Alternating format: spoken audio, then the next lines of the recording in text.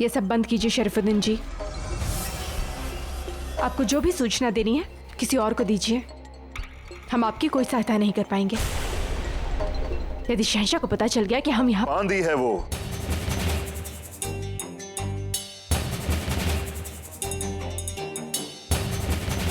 बांदी है वो जो शहंशाह का कत्ल करने आई है। अगर आपने उसे अभी पकड़ लिया तो आप कुछ भी साबित नहीं कर पाएंगे और नहीं पता कर पाएंगे कि उसके दिल में क्या है। इसलिए आपको उसे रंगे हाथों पकड़ना होगा। किसकी बात कर रहे हैं आप? कौन बांदी? किसे हमें रंगे हाथों पकड़ना होगा? बेनजीर, वही जो शहंशाह की खास कनीज बन गई है। वही शहंशाह की मौत का हथियार है।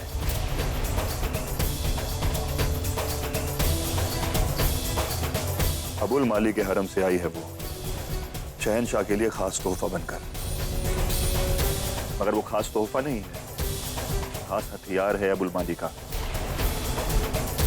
उसके जरिए न जाने वो कितने लोगों का कत्ल करवा चुका है। हमें ये तो नहीं पता कि उनके दिल में क्या है और इस खेल में कौन कौन शामिल है, मगर इस पूरे मामले को समझकर उसे रंगे हाथों पकड़ना होगा। हमें जाना होगा।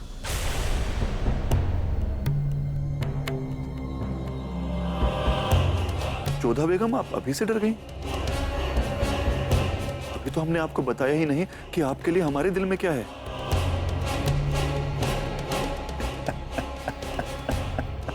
चलो मोती। कहाँ? किससे मिलने? तुम अच्छे से जानती हो कि हमें किससे मिलना है। जब से शरीफुद्दीन जी ने हमें बेनजीर के विषय में बताया है, हमारा मन बहुत अशांत हो गया है। जोधा, हम फिर से आपसे कहेंगे कि इस तरह बार बार बंदीगृह में जाकर शरीफुद्दीन से मिलना ठीक नहीं है। यदि किसी को भनक लग गई ना तो शहंशाह बहुत क्रोधित होंगे। और वैसे भी शरीफुद्दीन की बात पर विश्वास नहीं किया जा सकता। विश्वास करने का कारण है मोती। पिछली बार भी शरीफुद्दीन जी ने हमें अबुल माली के विषय में बताया था। उन्होंने बताया था कि अबुल माली से शहंशाह के प्राणों पर संकट है और बाद में स्वयं शहंशाह ने और मिर्जा हकीम ने इस बात की पुष्टि की। बेनजीर भी अबुल माली के हरम से आई हुई है और हमने अनुभव किया है कि बेनजीर शहंशाह के समीप रहने के कई अवसर ढूंढती है और शहंशाह भी उस पर विश्वास करते हैं। ऐसे में शहंशाह पर बहुत बड़ा संकट आ सकता है, क्योंकि जब भी बेनजीर शहंशाह के समीप रहती है आसपास कोई सैनिक नहीं रहता है। और ये जानते हुए कि बेनजीर अबुल माली का भेजा हुआ हथियार है, हम शांत कैसे रह सकते हैं? चलो मोती। शहंशाह ने सबको अचानक इकट्ठा किया है, सैनिक, सेनापति, सबको। लगता है किसी युद्ध की तैयारी हो रही है। युद्ध? जी। किससे?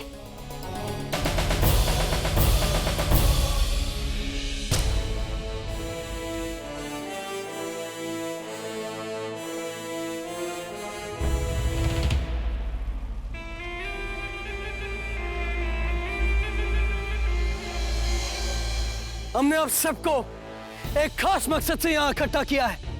चांदेरी के पास अफगान पठानों ने घेरा डाला हुआ है और एक बार फिर किसी अहमक ने मुगल सल्तनत से बगावत करने की गुस्ताखी की है और एक बार फिर मुगल सल्तनत इस बगावत का करारा जवाब देगी, क्योंकि हमें बगावत बर्दाश्त नहीं और हमें उम्मीद है कि हमारे मुगल सिपाही इस बगावत को कुचल कर रख देंगे।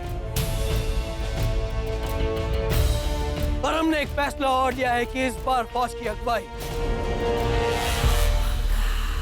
हमारे भाई मिर्जा हकीम करेंगे।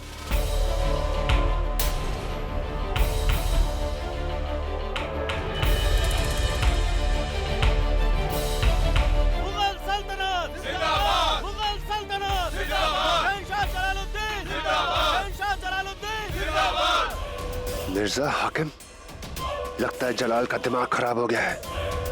बच्चे को इतनी बड़ी जंग पर भेज रहा है। देख सकते हैं कि आप में से बहुतों को लगता है कि हमारे भाई की उम्र बहुत कम है इस जंग की। तो हम आप सबको बता देना चाहते हैं कि आपके शहंशाह जलालुद्दीन मोहम्मद की उम्र महज 13 साल की थी जब उसके सर पर मुगल सल्तनत का ताज और उसकी जिम्मेदारियों को रखा गया था। और हमारा दावा है आपसे कि हमारे भाई उसी तरह फतेह हासिल करेंगे जैसे हमने आज तक फतेह हासिल करी है, क्योंकि उनकी रगों में भी वही खून दौड़ता है जो हमारी रगों में बहता है। मान सिंह, आखिरकार वक्त आ गया है कि जो तालीम आपको दी गई है उसका इस्तेमाल किया जाए।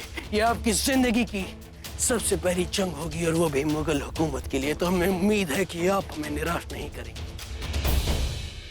हम आपके इस भरोसे के लिए आभारी हैं शहंशाह। हम आपके भरोसे पर खरा उतरेंगे।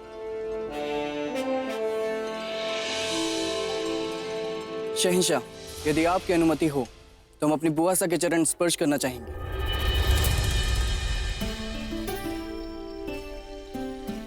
बेशक।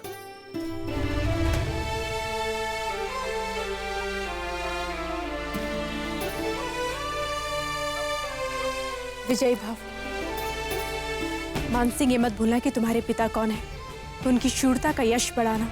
भगवान दास भाईसा ने अपने प्राणों पर खेलकर शहंशाह की रक्षा की थी। तुम भी उसी भांति मिर्जा हकीम की रक्षा करना।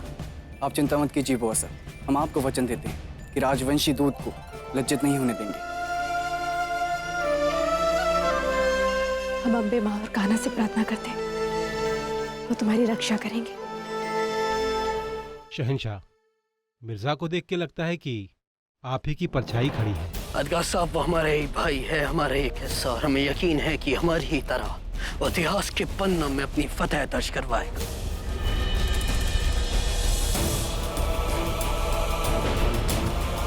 मुगल सल्तनत जिंदाबाद, मुगल सल्तनत जिंदाबाद, जलालुद्दीन मोहम्मद जिंदाबाद, जलालुद्दीन मोहम्मद। हमें नजरअंदाज करके इस बच्चे को जंग पर भेज रहा है। बहुत बड़ी नाइंसाफी है ये।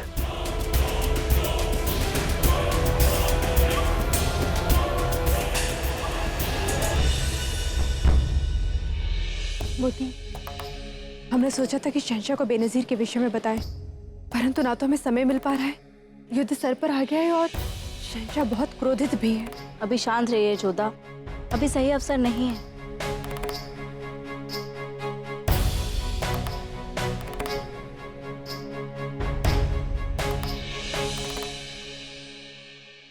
अस्सलाम वालेकुम अम्मी जान, आपने मैं याद फरमाया। हाँ जलाल, वैसे तो हम सियासी मामलात में दखल नहीं देते बेटा।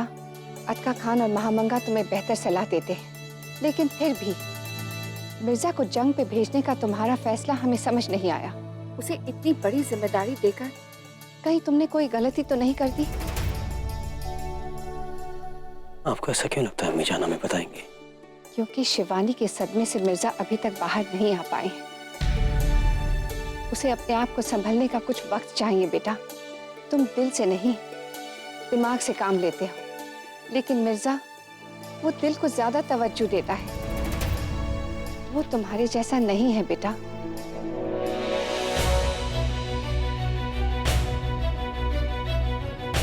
अम्मी जान, अगर आपको मिर्जा की फिक्र है तो हमें भी है, और आपका कहना बिल्कुल वाजिब है कि वो हमारी तरह नहीं है, लेकिन शायद आप ये बात भूल रही कि उसकी रगों में भी मुगल खून दौड़ता है, और एक मुगल के लिए शमशीर और जंग से बड़ा जुनून किसी में नहीं, मोहब्बत में भी नहीं। और आज उसकी हालत है, उसके लिए कहीं ना कहीं हम अपने आप को जिम्मेदार मानते हैं, क्योंकि उसके लिए रिश्ता हमने ही तय किया था। तो उसके गम को दूर करने की जिम्मेदारी हमारी ही बनती है। मोहब्बत के दर्द और गुस्से के गुबार को मिटाने के लिए ही हम उसे इस जंग पर भेज रहे हैं, और हमें यकीन है कि वो हमारे इस फैसले पर खरा उतरेगा। खैर, अभी फिलहाल हम आपसे इजाजत चाहते हैं अम्मी जान, क्योंकि हमारे सामने बहुत सियासी मामले हैं, इसलिए हमें इजाजत दीजिए, क्योंकि हम चाहते हैं आइंदा कोई मुगल सल्तनत के सामने अपनी नजर उठाने की गुस्ताखी ना कर सके।